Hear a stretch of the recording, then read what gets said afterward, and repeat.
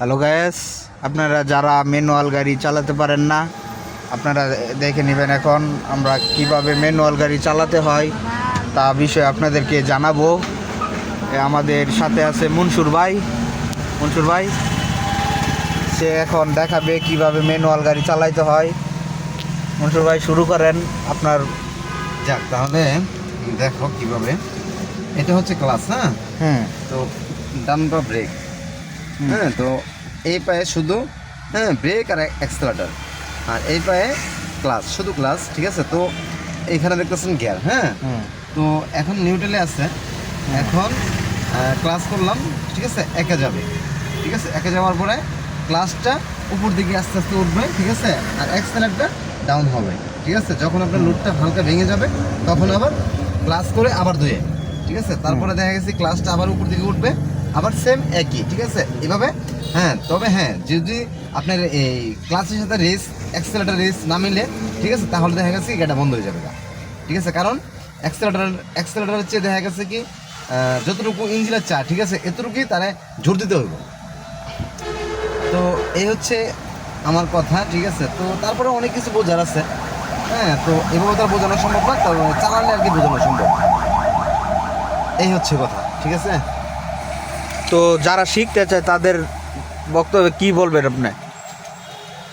তবে আমি অনেকে ধরেন প্রাইভেট কার পারে, ম্যানুয়াল গাড়ি চালাতে পারে না, কিন্তু সে তো ড্রাইভার না। যে এই গাড়িটা চালাতে পারবে সেই একমাত্র রাজা নাকি? যে কোনো জায়গায় কোনো ঠেকবে না। আমি একটা কথা বলি কি, যে ড্রাইভিং শিখুক, ঠিক আছে, আর যেই শিখবেন, তবে যদি আপনার ট্রেনিং সেন্টারে শিখেন আপনি, তাহলে দেখা গেছে কি আপনার 6,000, 7,000, 8,000 টাকা নেবে। তবে প্রফেশনালভাবে আর কি শিখতে পারবেন না, কারণ ওই গাড়িতে দেখা গেছে কি 4-5টা সার্কিট থাকে, কারণ সবারই অল্প অল্প করে দিতে হয়। ঠিক আছে, যে কারণে মন মতো শেখা হয় না। ঠিক আছে, আর দেখা গেছে যে মনের মতো যদি কোনো কাছের লোক থাকে, ঠিক আছে, তাহলে দেখা গেছে কি অনেকটাই মানে সেটলি পাওয়া যায়। যে এর কারণ হচ্ছে যে দেখা গেছে কি ড্রাইভিংটা তারপরে এমনি সবার কাছে শেখা যায় না, কারণ মনের মধ্যে একটা মানুষ লাগে।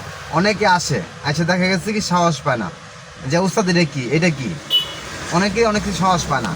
কিন্তু আর যদি কাছের মানুষ হয় তাহলে দেখা যাচ্ছে কি ওনার সাহসে বলতে পারে যে এটা কি। তো অনেক কিছু ব্যবসা আসছে ভাইয়া, সব কিছু তো আর একসাথে বলা সম্ভব না।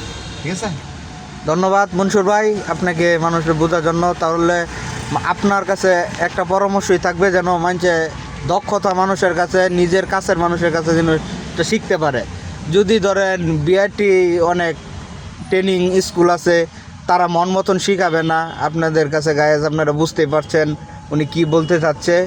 ওনার বক্তব্য একটাই যে ট্রেনিং সেন্টারে আপনারা কোনো রকম বাইরে সাইডে দেব, মানে কাবজাব। তাহলে ধন্যবাদ। যদি আপনারা বুঝে থাকতে পারেন তাহলে ইনশাল্লাহ সফল হতে পারবেন। আসসালামু আলাইকুম।